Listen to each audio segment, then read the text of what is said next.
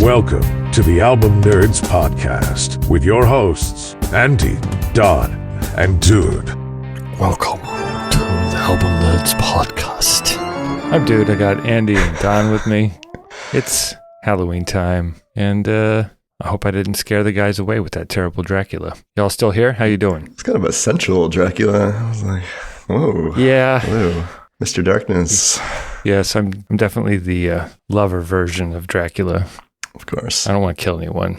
Just want to drink enough blood to get by and maybe find some romance along the way. Well, that's very sweet of you. How you doing over there, Don? Here's Donnie. Not bad, not bad. Yeah, that's pretty good. All right, so this is the Album Nerds Podcast. We love albums, the album format, and finding excuses to talk about them. We've got a great show for you today. We're each picking an album to discuss that has some kind of Halloween connotations to it, some creepiness, some spookiness. Don's going to ask us a deep question. Then we're going to have some shout-outs to some other albums and album-related items that we're digging. And then we'll spin that wheel of musical discovery to find out what we're going to talk about next time. But this week, it's all about Halloween. That's what I'm talking about. Halloween's musical landscape is as diverse and enchanting as the holiday itself. From the mournful Celtic tunes of old to the jazz-infused melodies of the early 20th century, the rock and roll-inspired hits of the 50s and 60s, to the eerie synthesizer-driven soundtracks of horror films, the music of Halloween has evolved to capture the essence of this spooky season. These tunes not only set the mood, but also play a crucial role in bringing the spirit of Halloween to life. Today, each of us will present an album that feels like Halloween. Jeez. I should have done that in the Crypt Keeper voice or something. Halloween! It would have been funny for a couple of seconds. Until my voice gave Then it out. would have gotten weird. Then your voice would have given out and it would have gotten entertaining again. Yeah, so this is, it's tougher than it seems, right? When you're trying to find a whole album that isn't the Monster Mash.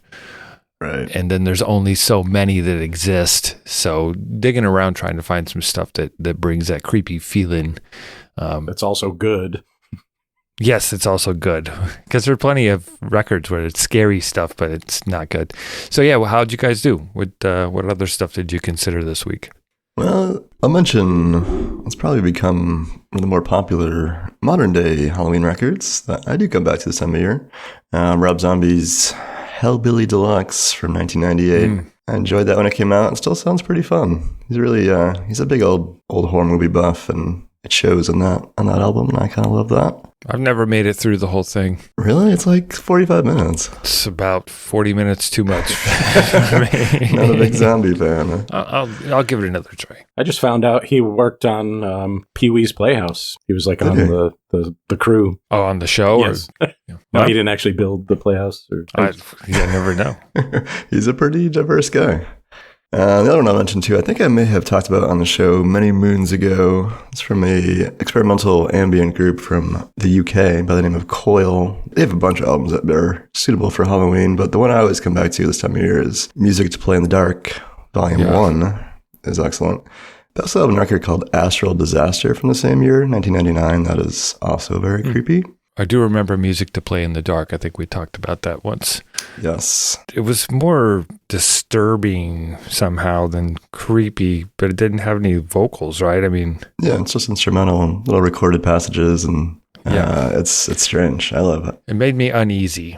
That's the idea. How about you, Don? Well, this time of year, I like to immerse myself in the darker side of The Cure, and probably the best example of that is their album Pornography from 1982, which we covered on episode 137. But sometimes they're labeled as a goth group, and that album is definitely dark and it deals with death and stuff, but it doesn't do like the vampire crap and it's all like real stuff. It's not imaginary. Yeah. So it's, even darker in that way. And then, I just wanted to mention kind of the original Halloween song, the Monster Mash. So there actually is, I didn't realize there was an entire album of this stuff. So it's Bobby, Boris Pickett, and the Crypt Keepers. And the album's called The Original Monster Mash from 1962. Crypt Kickers. Oh, did I? Sorry. Yes. I like that. But yeah, it's just like every song is some monster-based version of like a 1950s or 60s rock and roll tune. It's amusing, and you know, if you had a Halloween party, it would be kind of cool to have on. Yeah, not a great, just dedicated listening experience, though. Not really. One of the albums that I considered is actually not too far from that same theme as Bobby Boris Pickett and the Crypt Kickers. It was Iced Earth, their album Horror Show. It's a concept album that brings classic horror figures like Dracula, Frankenstein, the Wolfman, Damien, and it's kind of traditional heavy metal with some thrash elements, but each song is about that monster. Intricate solos, dramatic vocals. It's haunting. It's fun, but ultimately it wasn't very spooky. It was just it was great thrash music with a, song happened to be about Frankenstein. You know what I mean? Yeah. So, but it was definitely an enjoyable listen. And then every time we talk about Halloween and picking a record, I once again take a swing at Alice Cooper's Welcome to My Nightmare from 1975. I can't do it, man. It's produced by Bob Ezrin. He did Kiss Destroyer and The Elder. It's very theatrical, but it's very uneven. It shifts into pop and disco moments, and it showcases Cooper's dark storytelling, but the thread that's supposed to be this is the story of the series of nightmares a kid is having, I can't follow it, so I get bored. I want to like it. Yeah, some of those concepts, just get a little too full of themselves. Yeah, unfortunately, a lot of the stuff just ends up coming off as corny. Yeah. Whereas like a Metallic album actually is scary and it's not corny, Right. Before they sold out. Right. Right, Andy? Right. Yeah. Thank you for adding that in before I could. All right. Well, why don't we get into the spooky albums that we did pick? You choose me? All right, for my Halloween selection, we were talking about the Cramps and their 1980 album, Songs the Lord Taught Us. Sounds like it's going to be delightful and help me learn about the Lord. Yes, and keep your muscles in good shape. Okay, so the Cramps are a four-piece from New York City. They're comprised primarily of a husband and wife duo. You guys ready for their names? Lux Interior on vocals and Poison Ivy Rorschach on guitar. Those are like Western European names, yeah? yeah, exactly. I think they're French. Ah. Yeah. All right, let's jump in here and play I Was a Teenage Werewolf.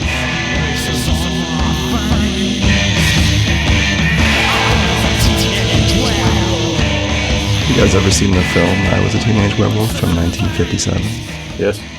With Paw from Little House on the Prairie? Yes, I think so. Michael Landon, is that his name? Yeah, yep. I saw it as a kid, back when they used to play a lot of those old black and white horror movies in October. Yeah, well, that's one of them, and that's the song about it, apparently. So the Cramps here, this is a pretty interesting record. I've come across this maybe 10 or 15 years ago. Just love the sort of deranged sound they have. They're known for kind of founding this genre of psychobilly, is what it's called, which is kind of a combination of like rockabilly and punk rock. They came from California, moved over to New York City, got involved with that New York City punk rock scene in the late 70s and early 80s. Kind of the CBGBs and those groups who were playing there. Suicide, The Ramones, Patti Smith, Television, etc. And they were pretty popular back in the day in that scene. My clickbait headline for Songs the Lord Taught Us is, be sure to stretch before surfing with these psychobillies. What's with the muscles and the stretching with you in this album? You got the cramps, man. These guys are not properly hydrated. Well, eat a banana, right? Well, yeah. Potassium. That'll do it. Okay. Are they swimming too soon after eating? Oh, yeah. I didn't want to make it too complicated, but that could be a contributing factor, yes. I think what they do best is kind of add that darkness to that sort of surf rock sound. Frontman Lux there has a real sort of unsettling delivery, I would say. He goes from kind of like a lounge singer, almost like a Elvis impersonator vibe at times, to like a sort of like a punk rock scream, which I think is pretty effective when he does it like that. But There are those B-52s moments, though, too, where he is like this, and it's like, what's happening? Yeah, right? The pace is all over the place. Sometimes it's very upbeat. Sometimes it's more slowed down and dark. But I would say the whole thing is kind of unhinged. When we play a cut here towards the end of the record, this is a cover by Johnny Brunette and the Rock and Roll Trio. It's called Tear It Up.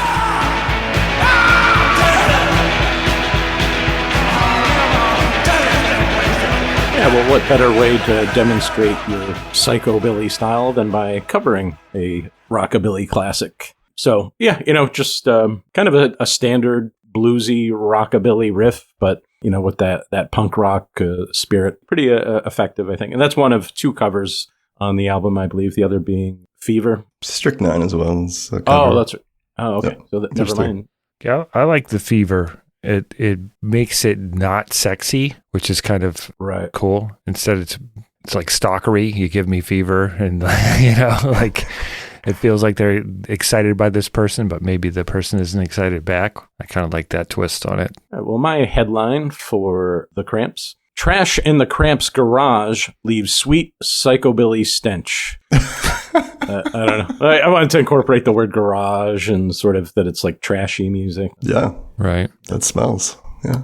Yeah, but in a good way, so it is kind of a charming record for some reason. I mean, I guess because it's different, right? Different from the other punk rock that was out there. Well, surf rock and that whole surf guitar style was dead. That was so dated. It was so early mid 60s. Mm-hmm. And that had become so cliche and sort of taking it and then this obsession with it and then bringing that guitar sound into this punk era was very interesting because it was like an ugly version of it, which was really cool. So that's the ultimate way to be a punk, is to take something that was something and then crumple it up and spit on it, which and it sounds great. Yeah. Yeah. It feels like such a New York City thing to me. Like they took this sound from the West Coast and just made it like ugly and gnarly and threw some trash on it. Awesome. Yeah. And it does, I mean, it approaches corniness, by having some of the horror themes, but in a way it really works with punk rock because, a lot of things, a lot of these horror monsters like werewolves, I think they're meant to sort of symbolize sort of the wild spirit of a human being. And of course, that's what punk rock is, right? It's that sort of wild side of us. So it, they're the monsters. Yeah, so it kind of works. So the album is produced by Alex Chilton from the Box Tops. This album, it's very raw, the production. I contrasted it with, Nevermind the Bollocks, Here's the Sex Pistols, because I remember that album, despite it, having that punk edge, it was really cleanly produced. It was kind of polished sounding. You could hear all the instruments. This one is just even more chaotic and really does kind of sound like you're listening to a band playing in their garage. Yeah, it has a bit of a live show feel to it, I would say. It feels like unexpected things could happen as you're listening to the record. Yeah. And then the other interesting thing about it is that, I don't think there's any bass guitar on the album. Yeah, I was surprised by that too. They apparently didn't have a bass until like the mid-'80s, which is surprising. I'll have to listen again. I guess I didn't notice that there wasn't bass. Makes sense, though, now that I think about it. There's 2 guitars, but there must like just a rhythm and a lead. Yeah. But yeah, I think overall it kind of works as a Halloween record. It has those themes and it's kind of wild and creepy, and I think it works. All right, well, let's hear one of those creepy Halloween songs. This is Zombie Dance.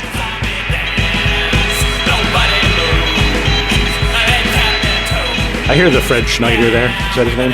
Yeah, definitely the B-52's vibe. A little more dancey, a little more upbeat.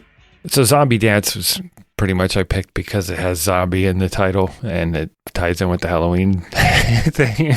But I mean, that to me, what I was picturing was like if you've seen the show Happy Days, if there was some twisted horror version of that, this is what would be being played at Al's Diner, Yeah, that sounds about right. Yeah, so it's a playful take on that 50s and 60s sort of sock hop sound, but again, the subject matter is goofy and there's this sort of ugliness about it too, like that good kind of ugliness that comes, like we were talking about earlier, that comes from some of the New York City punk and post-punk bands. I love Poison Ivy's guitar work on that one. It adds to a supernatural vibe. It's just such a, like, it's like surf rock, but she's slapping the strings at the same time. It's I don't know, it's really interesting. My clickbait headline to describe the album: Songs the Lord Taught Us, where psychobilly and surf rock collide in a monster-filled punk rebellion. That surf rock stuff, dude. I mean, mixed with that rockabilly punk sound that they invented a genre or subgenre, basically, with what they were doing. I mean, around the same time, there were bands like the Stray Cats taking that rockabilly, Elvis-y kind of vibe and trying to mix it with a punk rock aesthetic, but it was much more sanitized and cuter than this. And this is a lot more fun than I thought it would be. I've kind of avoided it over the years because it looked kind of gimmicky to me, but it totally is not when I actually listen to it. Yeah. I would associate them with like bands like the Misfits and stuff like that, but are more shock and kind of branding and stuff, I guess. But they're really not so much in that vein. And I feel like these songs do have some weight to them. I agree. And again, it's definitely a fun listen for a Halloween party. A lot of these songs would work. Yeah, it's a pretty quick listen overall. So yeah, if you have not heard Songs the Lord Taught Us, I think it's a good selection for your Halloween activities. Before we continue on this spooky journey, why don't we hear from our friends over at the Polyphonic Press podcast. Do you love music? Do you want to explore classic albums? If you answered yes, then check out Polyphonic Press. I'm Jeremy, and along with my co-host John, we rely on the patented random album generator to pick an album for us to review. At the top of each show, we have no idea what album we're going to be listening to. That's what keeps it really exciting. We dig real deep into these albums. So if this sounds interesting, come along with us on this journey, because you never know what you might find. We release a new episode every Tuesday morning. That's Polyphonic Press, and we're available on every podcast platform. I'll have to check out the press there. It sounds pretty cool. All right. Well, my pick for a Halloween record is Duran Duran's Danse Macabre, released in October of 2023. This is an interesting one. Technically, it's their 16th studio album by the band formed in Birmingham in 1978. The band currently includes 4 members: singer Simon Le Bon, keyboardist Nick Rhodes, bass guitarist John Taylor, and drummer Roger Taylor. But this album also features guitar work from former members Andy Taylor and Warren Cucurullo. The origins of this are they performed a Halloween show in Las Vegas in 2022, and I guess they enjoyed that experience, so they decided to make or record a soundtrack to the ultimate Halloween party. Nice. Now, you said they're from Birmingham. Now, I have a British friend who last time you talked about Duran Duran and said Birmingham, he took issue with your pronunciation. How are you supposed to pronounce? I think it's something like the Birmingham. I don't know. Birmingham. Yeah, that's probably. I don't know. That might be worse. It sounds the same to me. So the album features a mixture of new original material, covers, and reworkings of old songs. But here's the title track, Danse Macabre.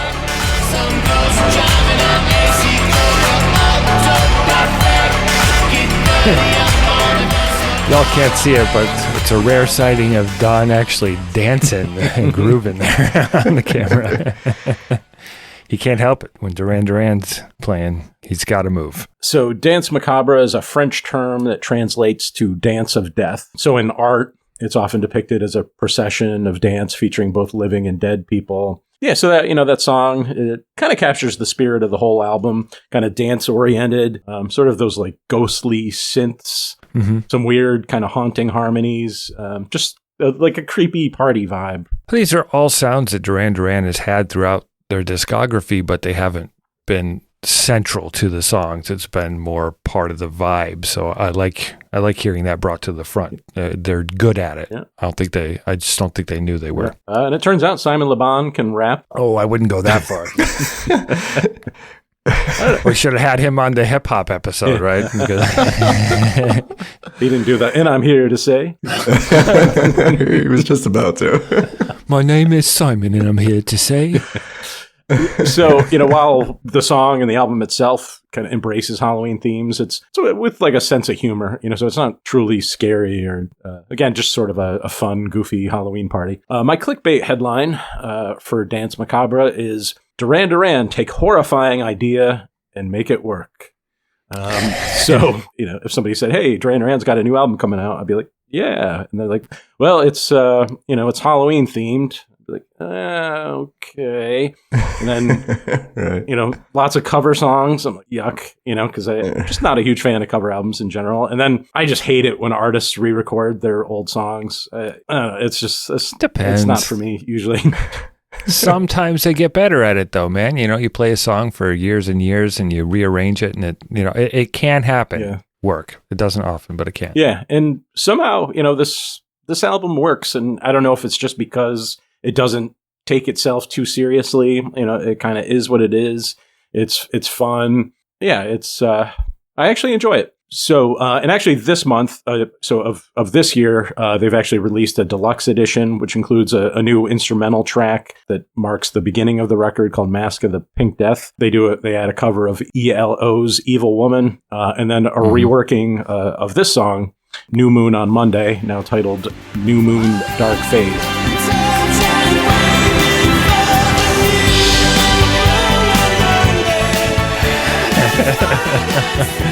Man, Don once again is all animated. I picture 12-year-old version with a brush singing into a mirror right now. I like that version better than the original because it's less dated. The keyboards on the original are they're so early 80s. And I've always liked that song, but I really like this sort of darker version of it. It just works really well. I was actually, when I first heard it, I was like, no way. They really redid a song that I like better this way. So you can also hear the words more, like the lyrics of the verses. I still don't know what the song's about, but at least I know what the words are. Yeah, it's about a new moon on Monday. I think it's starting over, starting fresh. That's kind of my take on it. But, it also is good for the Halloween vibes where you think of the moon and dark sky and all that stuff. So it works really well on this record. It was a good choice. My clickbait headline to describe Danse Macabre: masterfully blended old and new with catchy covers for a genuine return to form that sounds classically Duran and a little spooky. I think this sounds more like them than a lot of their more recent records. They have moments on them that I enjoy, but this just sounds like they're having fun. It's not in reaction to sounds that are happening now. It's just, let's do a project and have fun. And you can hear it. And I really enjoy that. I miss that in bands. When they're around a long time and it becomes a machine to a certain extent, I think sometimes the fun isn't as palpable, and it is here. Yeah. So I think sometimes they're guilty of trying too hard, trying too hard to get the hit or trying too hard to capture a certain sound or something. And this one just seems like it came out naturally. Simon sounds great too. If you told me that this was the original version of the song, I would believe you because it just sounds really good. They do sound amazingly fresh. I would say I couldn't really distinguish between the 80s material and the stuff 40 years later, which is kind of amazing. All right. Well, as I said, this album features several covers, and here's one, Spellbound.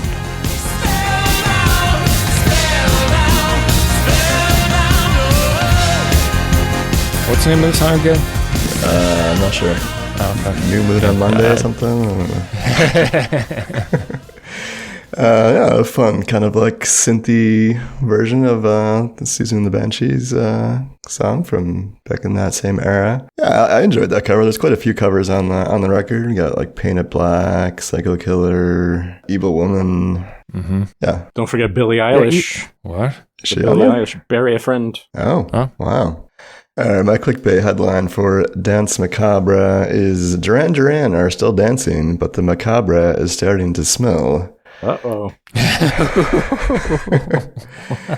don't know. I mean, I did enjoy this album. To me, it feels very much like a live concert feel. I think maybe this is if I was at that show in Las Vegas a couple of years ago, maybe it was kind of in this vibe. I enjoy it. I mean, it's super dancey. It kind of feels like you're at a club at times, especially with the dark vibe on many of these tracks. I think that works, but I think, largely, if you're a fan of the band, I think you probably would enjoy this, but it's more of a outsider looking in. I feel like this was kind of hit or miss generally. I did enjoy a few of the tracks, especially I guess, is it the single, Black Moonlight there, towards the beginning of the record? Really fun, dancey track. Good bass line. Features Nile Rodgers on guitar. Oh, nice. Should have guessed. But yeah, the middle third, I guess I kind of whatever, but the ending with the covers and stuff is pretty fun. The opening of the record has this really cool instrumental, The Mask of the Pink Death, which is like just a Halloween vibe to get going really strong there. I kind of wish I had more elements of that sprinkled throughout, a little bit more of that creepiness, a little less of the fun danciness, I guess. But it's Duran Duran, so I guess you want that.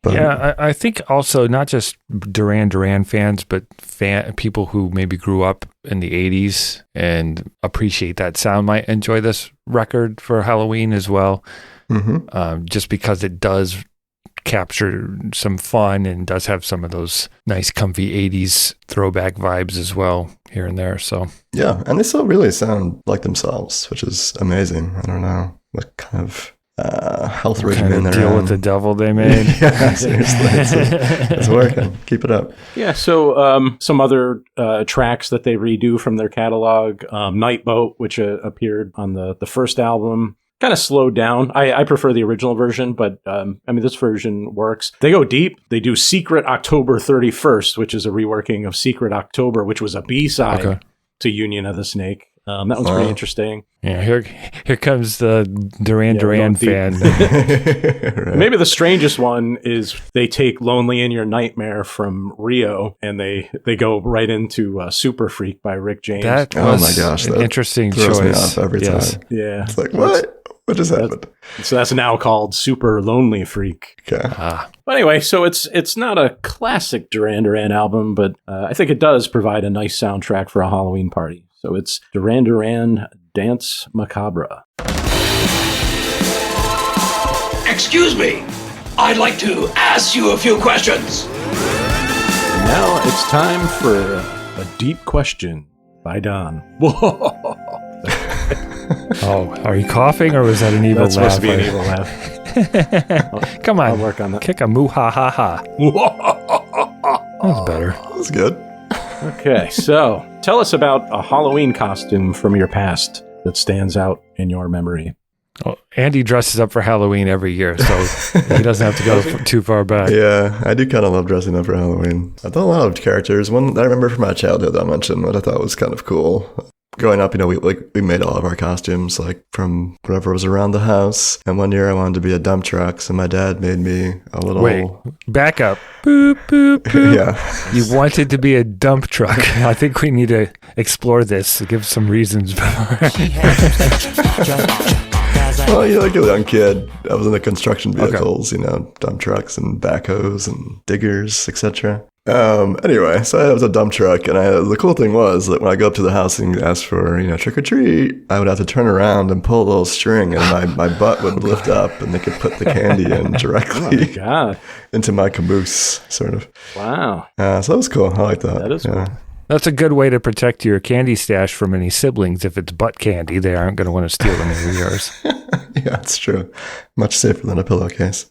But yeah, I've had some good costumes in my adult life as well. I've been Jerry Garcia, but probably my favorite one is the Dude. I was from Big Lebowski a couple times. I like your style, Yeah, dude. you did the Lebowski. Now, if you wanted to do it right, shave your head, get some cool glasses, Right. grow a couple feet, and then you could be me. Yeah, at least a couple feet.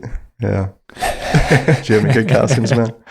Not really. I mean, I only did Halloween till I was like 12, but one of my favorites was a Superman costume. This is when you'd get these plastic, it was like you'd buy it, but it was basically a garbage bag with Just like printed on it, right? Like, yeah, printed on it, and then just this mask that was a plastic mask just on the front, right? Like for the trick-or-treating, it was fine, right? I liked being Superman, but what I would do at home with the mask is I would put on like my church suit and then put the mask, the Superman mask on, put my glasses on over it and be Clark Kent. That's great. Yeah, so I mean, I wore that for like 2 or 3 years till I popped holes in it. But one of the best Halloween things that ever happened, I was probably wearing that costume, and my mom was taking us trick-or-treating, and we got to this house that had like spooky music and lights and stuff on their porch, and there was like this dummy sitting in a rocking chair, looked kind of like a creepy clown or something. Mm-hmm. So we're getting our candy and stuff, and my mom's fascinated with this thing. She's poking it, and then she poked its eye, and the guy jumps up, and screams at her, and she went shrieking away from the house. So. It's like, I was trying to scare the kids, but I guess I'll make an exception if you're poking my eye. Yeah, but the guy got his eye poked. She put her finger in his eye. It's a good test.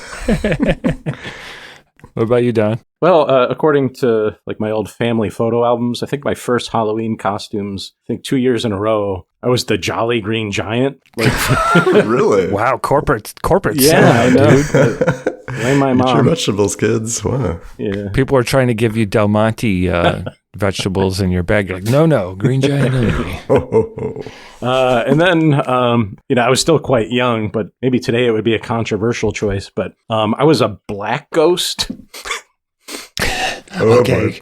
Instead of a white sheet, it was a black sheet. And for some reason, I wanted to be a black ghost. Like, I don't think it had any real racial implications or anything. But probably just started to be more, it'd be creepy. Probably very hard to see you at night out there in the trick-or-treating. Did you have to wear like reflectors or something? Or? I think I used to go trick-or-treating with my sister, so I was next to her. I think she was Uncle Sam that year. These choices, like, I think really, as people grow up and they seek any kind of therapy in their lives, that's one of the things that the psychotherapist should ask, like, what costumes did you choose as a child? Because I think that could really open some doors to figuring out who a person is. It says a lot about you. I mean, Don in the black sheet, I mean, that's pretty on the nose. Yep. He was already into the gothic stuff. Yeah, gothic ghost maybe would be a better description in the future. Yeah. It was also later, I think in middle school, I was a California raisin. Anyway, what Halloween costumes do you remember? Let us know. Hit us up on the socials, Instagram and Facebook, or leave a comment on our website, albumnerds.com.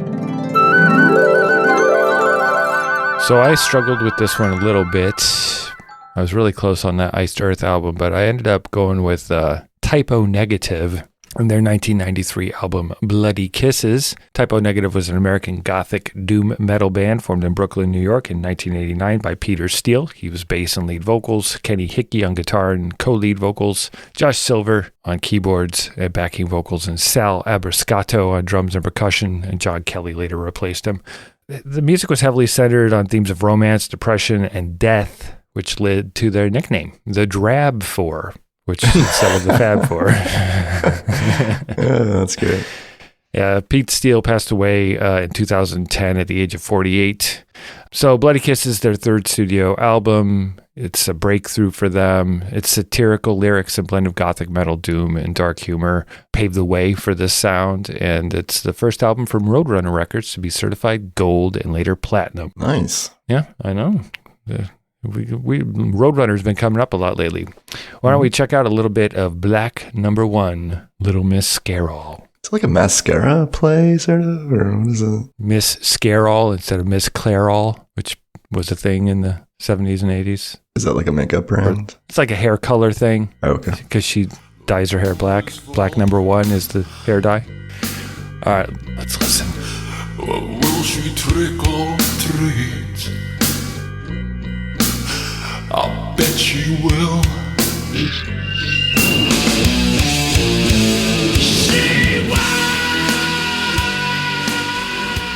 Probably the best known track from the album, sarcastic ode to goth culture, specifically addressing a girlfriend who dyed her hair black to match her goth aesthetic. It's a perfect example of the band's doom pop style. Catchy chorus, dark sludgy guitars, and then the signature vocal style of Pete Steele and those Dracula rolled R's and those hard hit K's when he's milk white neck. Very Dracula-y. Yeah. He is up on that microphone, man. I love it. Yeah. So there's a lot of tongue-in-cheek references to Halloween, Nosferatu, Lily Munster. Adam's Family theme appears briefly in the song. So yeah, they were. What I didn't understand at the time was that they were having fun with this and poking fun at themselves and at the darkness that they were representing. And I kind of dismissed it as, well, not grunge, so I wasn't interested. I did see them open for Pantera in like early '95, and I kind of started to change my mind because they were really good. They sounded really good live. So wow. Well, Pete Steele didn't want to go on the road because he liked working for the Parks Department in New York and picking up garbage. He enjoyed it, apparently. This 6'8" dude with the hair down to his ass looks like Dracula, and he's picking up garbage. But can you imagine like throwing your wrappers down, or like? Oh man, right. Just gives you a look. Oh, I'm sorry. Why don't you pick that up? But I guess they got their Motley Crue offered them an opening spot on their tour, and that's what helped break them. Cool. So my clickbait headline to describe the album, Typo Negative's Bloody Kisses, the album that made goth metal sexy and scary. It did make it sort of sensual, more so than I think some others. It was more about the scare and less about, and that gothic romance thing, that whole, because those old Dracula movies always had him as being kind of a ladies' man, I think. Right, yeah. Yeah, totally.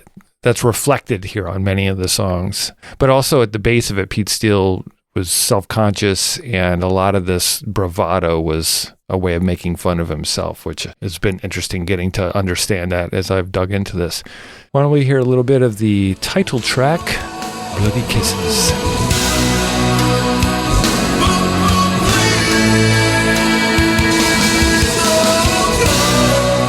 The almost 11-minute long title cut there. Yeah, they stretch them out, don't they? There's a couple on this album that they do get a little comfortable in, I would say. My clickbait headline for Bloody Kisses is Typo Negative brings the weird, but left me wondering if their kisses are bloody or if they're just messy with the ketchup. I enjoy this record. I find it very interesting. There's a lot going on. I mean, it's a long record and some of the tracks are a little uneven, but it's interesting. I give them credit for trying some new stuff. Where I get caught up on is some tracks are clearly a joke. There's a song, Kill the White People, or We Hate Everyone. I really enjoyed those two songs. I thought they were pretty good. But they're definitely taking some shots at, the goth audience and, what goes into that.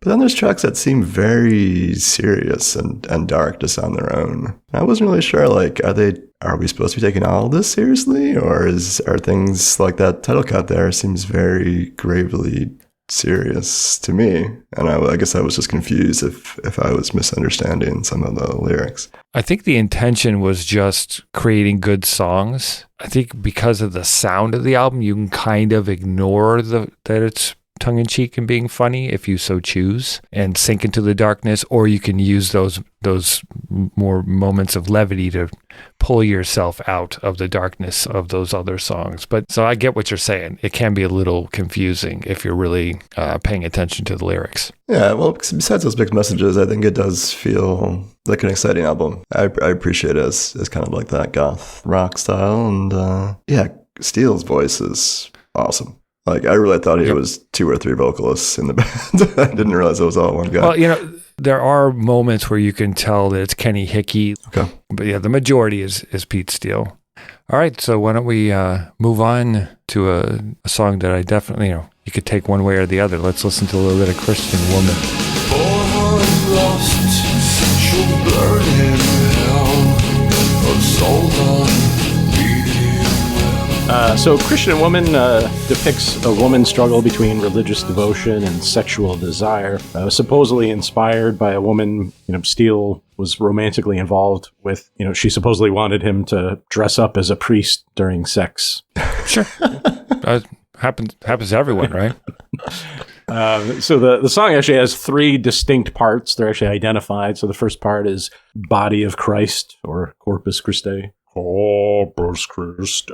And then second part is To Love God, which I think is that kind of acoustic-y part that's really pretty. Mm-hmm. And then all of a sudden it's Jesus Christ looks like me. Jesus Christ. Yeah, it is weird, Yeah, man. it's like a medley. It's a booyah bass. It is a booyah bass. Nice. Yes, there you go. Bring that back. In total, it's about 9 minutes long, the song. But I think because it is split up into 3 parts, it kind of works. I think my favorite part about this song in particular is just those atmospheric keyboards that really make it dramatic. Reminds me of the Sisters of Mercy. Yeah. Actually, this it track really in does. general sounds like a Sisters of Mercy track. Yeah. Well, it all sounds like, Gothic cathedral Yeah. stuff, which I think is why those touches are in there. But yeah, Pete Steele's just an interesting character. I mean, I briefly met him at a in-store signing thing at a record store back in the 90s. He was huge. And then he would call the record store I worked at because he was trying to date my manager, Gina, because he had met her at that same thing. So I've always felt this kind of familiarity with him because he just seemed like a normal dude when I met him. And then listening to this music is the character is at the forefront, Yeah. What if he was calling from the payphone at the state park? Maybe. So my clickbait headline for Bloody Kisses is Typo Negative's Bloody Kisses is a positive experience. the blood type. Blood positive. joke. Nice. There you go. So yeah, I enjoy this record a lot. I mean, it's a bit long overall, and it's messy.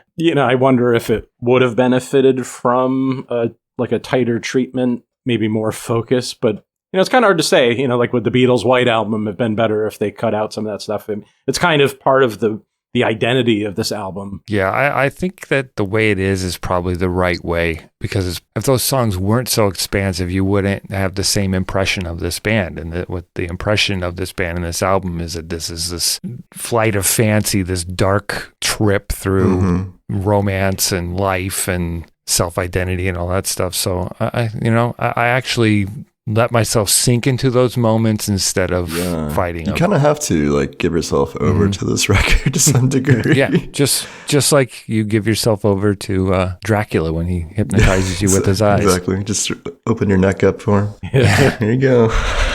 Yeah, so I think like Andy, I sometimes struggle whether to take it seriously or not. But I guess that's part of its charm, sort of the ambiguity of it. Yeah, a fun little tidbit of information I came across was, again, leaning into this fun aspect of the band. The album features additional vocal performances from close friends of the band, including Mina Caputo, Joey Zampella, and Alan Robert of Life of Agony, a band that was also on their label. And they were credited as the Erasmus High School Boys Special Ed in the album liner notes. And there was also some singers credited as the Benson Hoist Lesbian Choir. So I don't know what that was about exactly, but they just had this sense of humor amid this darkness that they were representing. Yeah, you could go too dark, right? If you want, Yeah. you want full goth. Yeah. Never go full goth. right. Yeah. Well said. And of course, Summer Breeze, the cover of the Seals and Crofts song, is on this record, and they do a really good job of creeping that up. I guess originally they rewrote the lyrics and called it Summer Girl. You can find it on the web if you want to hear it, but the Seals and Crofts shot it down because they thought that the lyrics were too gross. So go find that if you're interested. Yeah, Typo Negative's Bloody Kisses blends this brooding atmosphere, dark humor, eerie sound, and evokes this feeling of walking through a haunted cemetery at night sometimes. So it's a perfect addition to a Halloween playlist, so go check it out if you haven't heard it before. Can you dig it? Can you dig it? Can you dig it? Well, I guess this week we were kind of, digging in the cemetery or digging graves. There you go. Digging graves. There you go. Yeah, find some good stuff. Did you dig anything else? Yeah, I got a few things here in my trick-or-treat bag. Okay, good. You went where I thought you were going to go. Not your dump truck. Or your plastic pumpkin. All the above. First one I'll mention here is from singer-songwriter of Portishead fame. Oh. I guess it's technically her first solo album. It's called Lives Outgrown. That came out earlier this year. Let's play Floating Out of Moments. Definitely some floating. going on there in that sound. I like it. It's a very ethereal record. Not dark, I wouldn't say. Maybe not a good Halloween choice, but if you want a little uplift after the Halloween. Maybe on All Saints Day, there you go. the next Yeah. day. The other one I want to mention here is something that has intrigued me. It's kind of a more recent development in music where artists will release an album and then release it again, like an edited version of it, a couple months later. So Charli XCX, who put out an album earlier this year called Brat. It's been very well received by the critics, very popular with the kids. She released a totally new version of it called Brat, and it's completely different, but also still Brat, just about a week ago. It's got a whole bunch of new tracks, some reworking of old tracks. We're going to play a cut here. I think this has Billie Eilish on it. It's called Guess.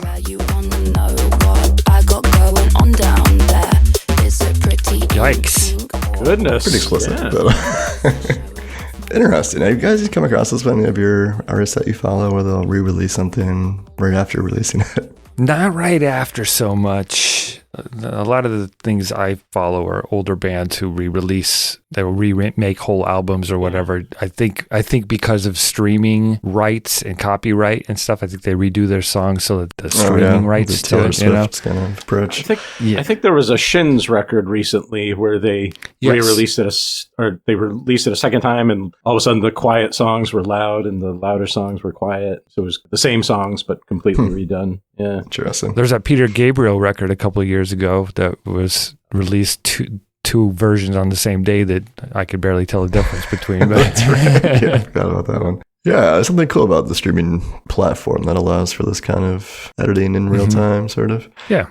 What you been digging on, Don? Well, there's a band from Rochester, New York, formed in 1978 called the Chesterfield Kings. And so they've got a brand new album coming out called We're Still All the Same. Just kind of like I think they came out in the 70s and they were already retro at the time. They were kind of doing like 60s garage music. Yeah. So here's a track called What's the Value of Time, opening cut. Yeah, they have a long history. They actually appear in an episode of The Sopranos, performing at Adriana's club. So Awesome. check that out. And then Dwight Yoakam is back and better than ever. His new album comes out November 15th called Brighter Days. It's his first album since 2016. There's a single called Wide Open Heart. She's got a wide open heart. Oh, I thought it was going to be about having open heart surgery since he's a little older now. I love him in Sling Blade. Oh, yeah. I forgot he did a little acting. But there's another song that features Post Malone. But that guy is just everywhere. I'm curious what that... I mean, I don't really want to know, but I kind of want to know what that sounds like. He's doing more country lately, right? Oh, yeah. Mr. Malone. Yep. Dude. So you guys made efforts to escape the Halloween, and I just kept going. Dove right in. Yeah. So in my travels through Halloween Town, I ran into Unto Others, which we've talked about on the show before. This band from Oregon, I believe. Their new album, just released in September, is called Neverland. It's their third. Neverland. And it showcases the band's growth as they blend this gothic rock sound with heavy metal elements. So why don't we check out a little bit of Butterfly. Come, my lady. Come, my lady. No, not that. Thank God. Wow, things I thought I'd never hear you say. No offense to Shifty Shell Shock. Rest in peace. Wow. That was Impressed you know his name.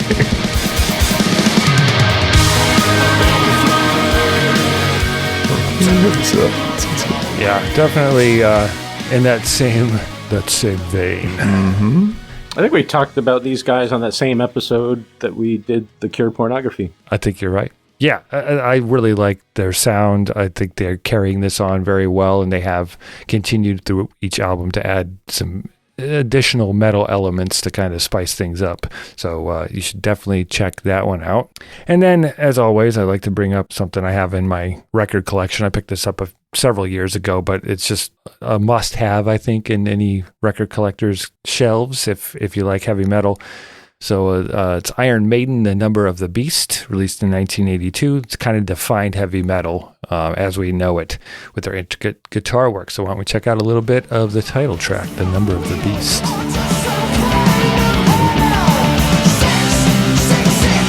Man, when I was a little kid, I was pretty young, but this scared everybody's parents. All my friends had older teenage siblings. Satanic panic going on, man. Yeah. I was not allowed to listen to Iron Maiden. Nice. Or play Dungeons and Dragons. Yeah, probably shouldn't have been. Who knows how weird you'd be now. Yeah.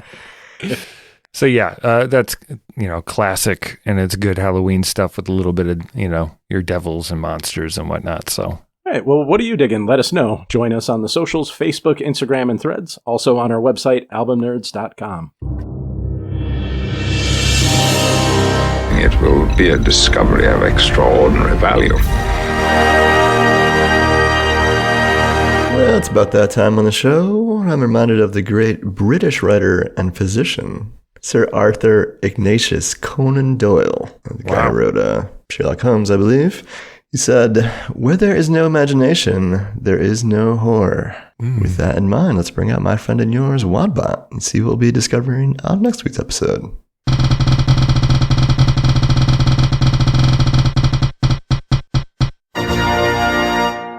It's time to explore the roots of much of the popular music we know today. Next time, you'll experience some of the best albums that the blues has to offer as we take a deep dive into the genre's most influential records.